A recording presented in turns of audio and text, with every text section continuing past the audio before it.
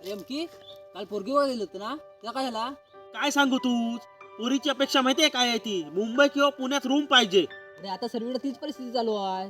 पोरीसनी मुंबई नाही तर पुण्यात रूम पाहिजे, नाही तर सांग की पगार पाहिजे, नाही तर त्यापेक्षा मोठा म्हणजे सरकारी नोकरी पाहिजे. अरे एवढा आणायचा काय सून? भलं ह्यांचं आईस बापूस भाड्याच्या रूम मध्ये राहत असल, यांची स्वतःची पण रूम नसल, पण यासनी घो मुंबई किंवा पुण्यात रूम वाला पाहिजे. अरे ह्याच कारणामुळं कोकणात सर्व म्हातारी खोतारी चुरली आहेत. कारण का गावच्या पोरासनी कोण पोरगी देत नाही, तो उठताय मुंबई पुण्यात सुटताय. कारण एकच की माझं लग्न व्हावा. अरे ह्याच कारणामुळे गावांगाव वसाड पडत चाललं. कारण गावचा विकास कराय कोण तरुण पिढीच नाही.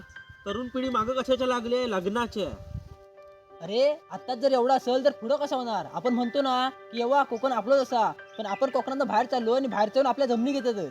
अरे नाहीतर काय, मरो काय व्हायचं असेल तर होईल नशिबात. चल.